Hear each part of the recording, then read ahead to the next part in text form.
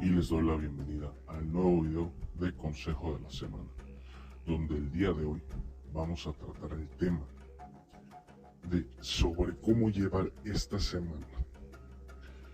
Los orichas que nos aconsejan vienen siendo Ochun y Chango.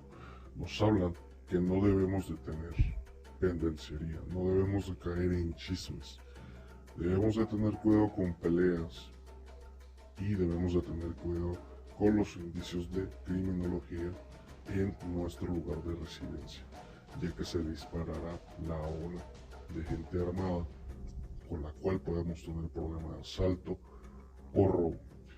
Nos habla que no hay que caer en chismes, no hay que caer en provocaciones. Nos aconsejan no acudir a fiestas, reuniones, preferentemente quedarse en casa. La bebida es el peor enemigo, entonces es lo que hay que tener más cuidado. Mucha adoración a Yalote y a Chango. Cuidar la relación con la pareja, cuidar la relación con las amistades. Cosas que se tengan que decir claras y de frente.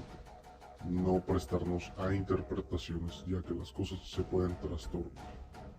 Nos dice Chango que hay que cuidar la economía que llega, ya que es un regalo que él nos da para cubrir nuestras necesidades diarias, para cumplir con negocios, para cumplir con nuestras cosas de necesidad básica, por lo cual no hay que malgastar, hay que economizar para poder subsistir.